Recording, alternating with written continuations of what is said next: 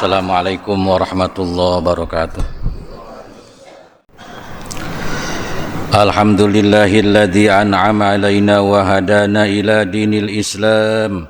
Allahumma salli wa sallim ala sayyidina Muhammad wa ala alihi wa ashabihi da'ana ila dinil malikil alam wa ala alihi wa ashabihi salatu wa salaman daimaini mutalazimaini ala mamarid duhuri wal ayyam. وأشهد أن لا إله إلا الله وحده لا شريك له شهادة تنجي قائلا من أعوال يوم الزحام وأشهد أن سيدنا ونبينا محمدا صلى الله عليه وسلم عبده ورسوله سيد الأنام وإذا قرئ القرآن فاستمعوا له وأنصتوا لعلكم ترحمون أعوذ بالله من الشيطان الرجيم يا أيها الذين آمنوا توبوا توبة نصوحا عسى ربكم أن يكفر عنكم سيئاتكم ويدخلكم جنات تجري من تحتها الأنهار بارك الله لي ولكم في القرآن العظيم قال تعالى في القرآن العظيم إن مساجد الله من آمن بالله واليوم الآخر الآية. Pertama, syukur pada Allah Subhanahu wa Ta'ala, di hari yang mulia ini, di tempat yang mulia ini, kita berkumpul untuk melaksanakan ibadah zuhur yang berganti nama disebut dengan sebutan Jum'ah. Yang pertama, melaksanakan ibadah Jum'ah itu bukan orang Mekah, sungguh pun ayatnya ayat Makkiyah. Rasulullah dikala itu belum bisa melaksanakan ibadah Jum'ah. Jadi pelaksanaan ibadah Jum'ah itu pertama dilaksanakan itu di kota Madinah dikala Rasulullah 2 tahun sebelum hijrah dari Mekah ke Madinah.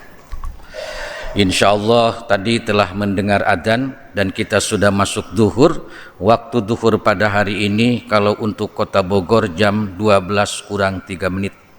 Kalau untuk wilayah DKI Jakarta jam 12 kurang 5 menit. Kenapa? Karena selisih prata antara kota Bogor dengan Jakarta 1,5 menit ditambah dengan tamkin 1 menit. Sementara prata waktu antara Wibi dengan Istiwa, karena ada waktu hitungan Wibi, waktu Indonesia bagian barat, titik nolnya dari daerah yang disebut kafir laknatullah Greenwich Inggris akibat kalah kita perang. Maka menurut hitungan waktu Wibi, waktu zuhur itu jam 12 kurang 3 untuk kota Bogor, kurang 5 untuk wilayah DKI Jakarta. Itulah waktu Wibi. Sementara waktu Istiwa atau waktu hakiki, waktu yang dimana kita duduk di tempat yang mulia ini, waktu zuhur pada hari ini jam 12 lewat 4 menit. Jadi prata waktu, selisih waktu Wibi dengan Istiwa pada hari ini itu tidak lebih dan tidak kurang 9 menit. Kalau ditanya mana yang paling hebat, mana yang paling kuat, mana yang paling afdol untuk kita melaksanakan sholat, apa ikut Wibi atau ikut hakiki? Ikut asli. Ya jelaslah Rasulullah menghitung waktu zuhur itu pakai hitungan Istiwa, pakai mizwalah. Jadi rumusnya namanya rumus mizwalah. Perjalanan matahari pada hari ini itu namanya mizwalah. Jadi lintang matahari pada tanggal 30 Agustus ini perjalanan matahari tidak sampai pada puncak 90 derajat. Belum sampai 90 maka matahari sudah turun. Maka pada hari ini merpas matahari, deklin matahari atau ekuator ketinggian bulan, ketinggian matahari masuk dalam ketinggian berputar naik. Dalam ketinggian pada hari ini tidak sampai dengan puncaknya atau tidak sampai 90 derajat. Makanya untuk kota Bogor ada yang kurang 4, kurang 3, kurang 5. Tidak apa-apalah. Memang itulah kebiasaan-kebiasaan orang tua kita dan pengurus-pengurus masjid menetapkan pelaksanaan ibadah dimanapun. Sementara untuk waktu asar jam 3 lewat 16, sementara untuk waktu maghrib jam 7, jam 6 kurang 5. Kenapa saya tahu? Karena saya masuk dari bagian itu, bagian dari badan hisab ru'yat. Jadi saya akan mencermati, mengamati kota Bogor seperti apa, Sukabumi seperti apa, Jakarta seperti apa. Dan termasuk dari konjungsi nanti akan berpindah di antara bulan bulan Safar kepada bulan Maulud nanti, saya bisa menghitung dari sekarang ini berapa ketinggian bulan, berapa elongasinya, berapa visibility-nya, berapa rentang waktu dari waktu ijtima, kata bahasa Arab dari konjungsi dengan bahasa modern berpindah kepada waktu wibi, berapa itu kelahiran bulannya, apakah masih prematur atau sempurna atau imkan atau maktu. Itu memang keahlian dari sebagian yang saya kuasai. Dan sebelum saya jadi ketua MUI pun itu saya sudah menjadi kota BHRD atau penasehat Badan Hisab Ru'yat daerah Jawa Barat.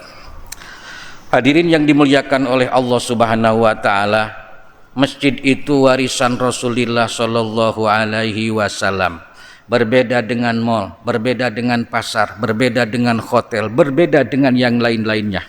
Bahkan kalau kita bertemu dengan kota Mekah, kalau kita bertemu dengan Masjid Rasulullah yang pertama di Mekah, karena Masjid Rasulullah itu 3, 1 Masjid Mekah, 2 Masjid Madinah, yang ketiga masjid yang sedang dicoba, diluluh lantakan, dihancurkan, dibumi hanguskan. Masjid apa itu? Masjid Palestina, di Masjidil Aqsa yang ada di Palestina.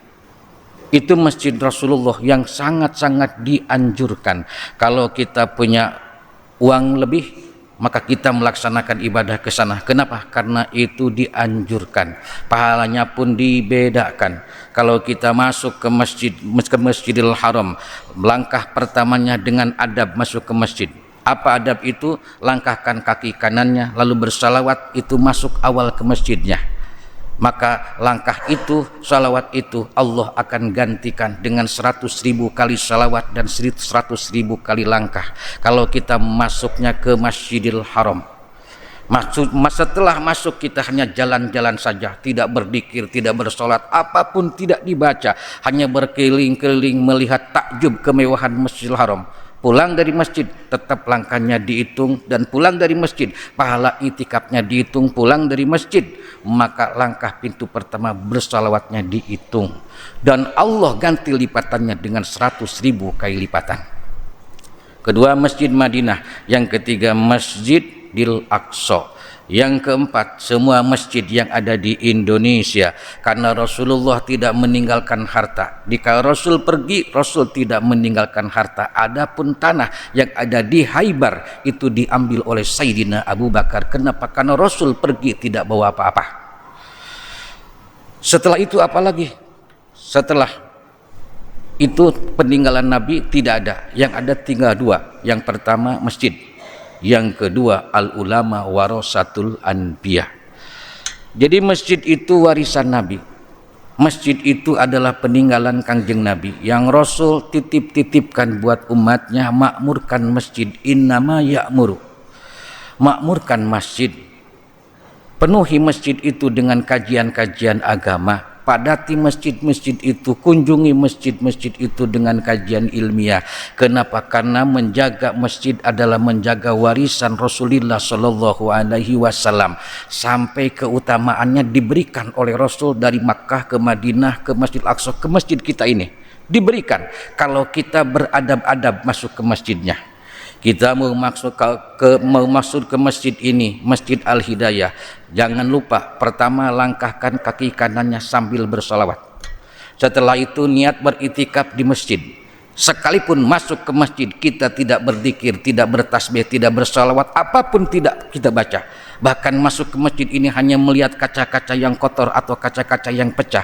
Kalau kita sudah masuk ke masjidnya dengan mengucapkan nawaitu an a'takifa fi hadzal masjidi madama fihi, orang itu pulang dari masjid akan mendapatkan pahala minimal 2 pahala, 3 pahala. Pertama pahala langkah kanannya, yang kedua pahala bersalawatnya, yang ketiga pahala berniat iktikafnya.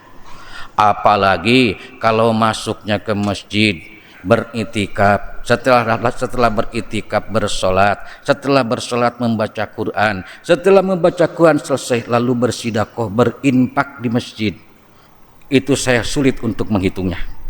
Kalau orang-orang itu datang ke masjid siap dengan uangnya, dengan jariyahnya, dengan sodakohnya. Kenapa? Karena sodakoh ke masjid itu daiman. pahalanya tidak pernah akan Allah hentikan selagi orang itu datang ke masjid untuk sujud di sini, datang ke masjid untuk sholat di sini, datang ke masjid untuk berzikir di sini.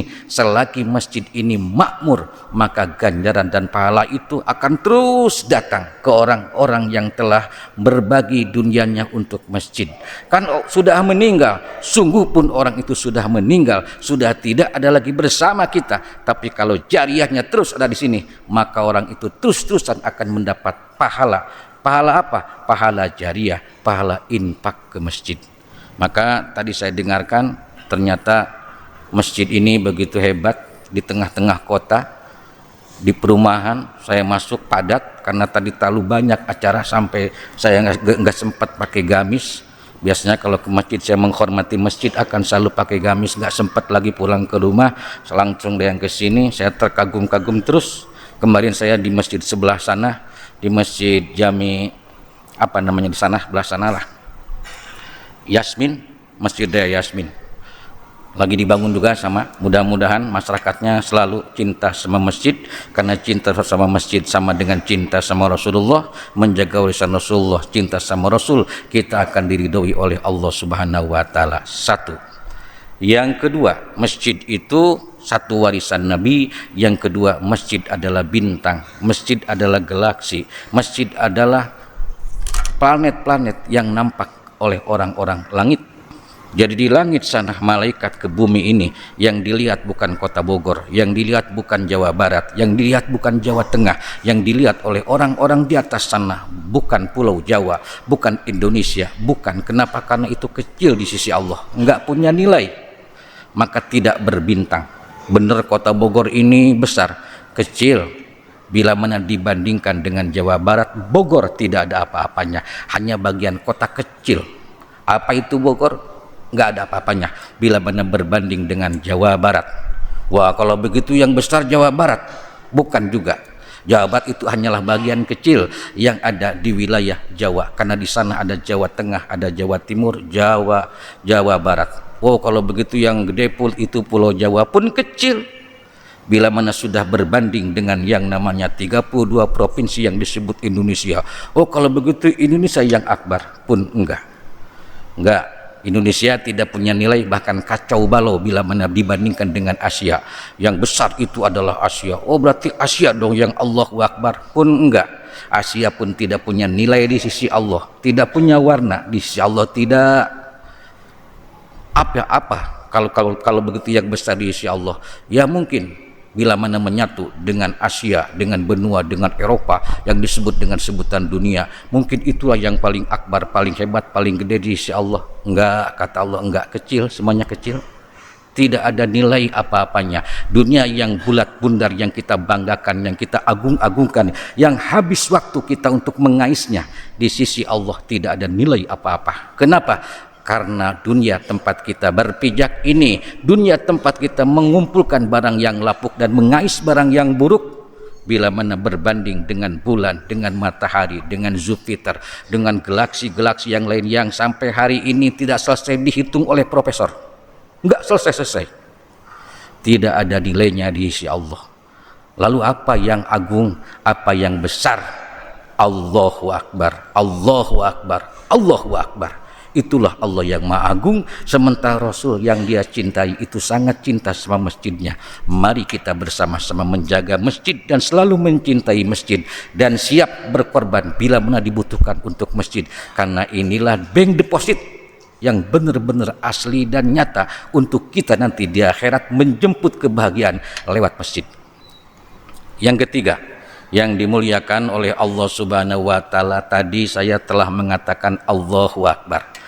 Instruksi itu diturunkan kepada Nabi yang punya gelar Abul Anbiya, kepada Nabi yang punya gelar Rasul, disebut Nabi Ibrahim. Kata teman kita sebelah disebutkan Bram. Nabi Ibrahim disebut dengan sebutan Bram, kata orang Kristen. Ada yang lagi menyebut yang lain, Abraham, tapi kita umat Islam menyebut dengan sebutan Nabi Ibrahim alaihissalam. Dia punya gelar Abul Anbiya, bapaknya Nabi dan Rasul. Tidak ada terah kenabian dan terah kerasulan setelah Nabi Ibrahim, harus dari Nabi Ibrahim.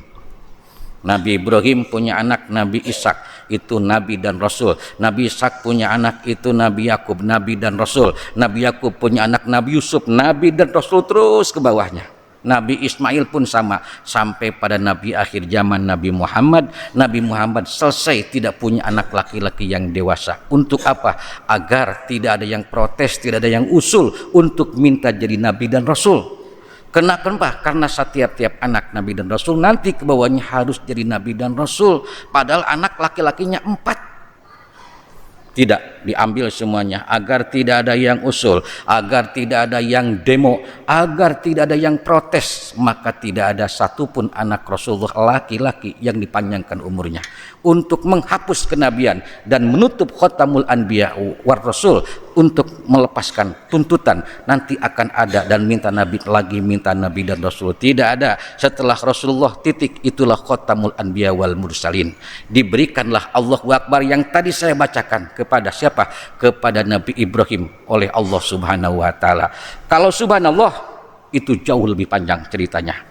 Karena kita sering dengar pemimpin Masjid Ad-Diqra yang almarhum itu sering membacakan zikir subhanallah walhamdulillah wala ilaha illallah Allahu akbar. Subhanallah walhamdulillah, itu ketertibannya. Pertanyaannya, siapa yang pertama baca subhanallah? Dari siapa wirid itu? Kapan adanya?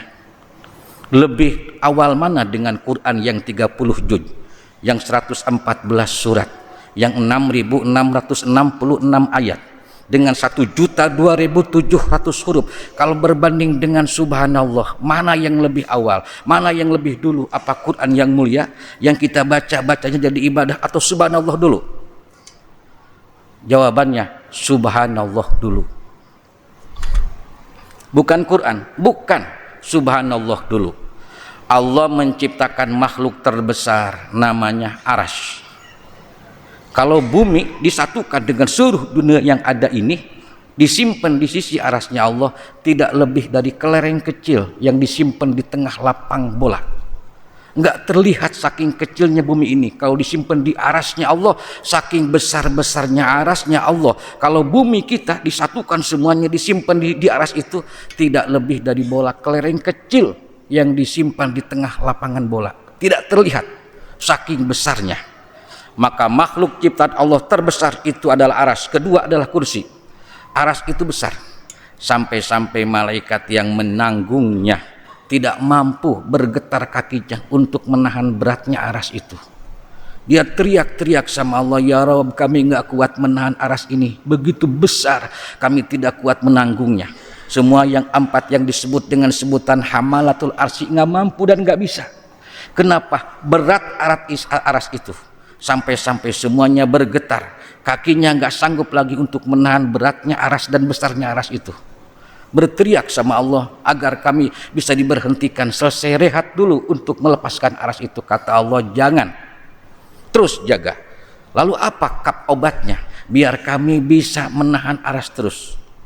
Allah memberikan satu cerita lewat hadis kursinya, wahai malaikat hamalatul arsy, bacalah olehmu subhanallah, subhanallah, subhanallah, subhanallah. Ya Rabb, sampai kapan itu saya baca? Sampai nanti terjadi Big Bang, berdentuman, beradunya bumi dengan langit, langit dengan yang lain-lainnya, baru kamu selesai berhenti baca subhanallah itu. Jadi subhanallah sebelum ada Nabi Adam, subhanallah sebelum ada yang 124.000 nabi, subhanallah telah dibacakan oleh malaikat hamalatul arsy sampai hari ini, sampai besok, minggu depan, bulan depan, milenium yang akan datang, sampai terjadinya kiamat, Big Bang itu, maka terus malaikat membacakan subhanallah. Kata sahabat Nabi, ya Rasul, kalau kami baca gimana? Kalau kamu akan baca subhanallah, maka subhanallah itu lebih dulu daripada Quran, lebih dulu daripada alhamdulillah, lebih dulu daripada la ilaha illallah, lebih dulu daripada Allahu akbar. Maka tertiblah cara membacanya, subhanallah walhamdulillah wala ilaha illallah Allahu akbar. itu dibaca sejak Allah menciptakan aras dan dijaga, dibawa, ditahan oleh malaikat Hamoterasi sampai hari ini. Kata Rasulullah dan sahabat-sahabatnya, siapa saja di antara umatku yang suka dan sering membaca tasbih yang bernama Subhanallah, maka dia akan terlepas dari himpitan ujian dan cobaan seperti cobaan berat yang pernah diberikan kepada malaikat Hamalatul Arsy.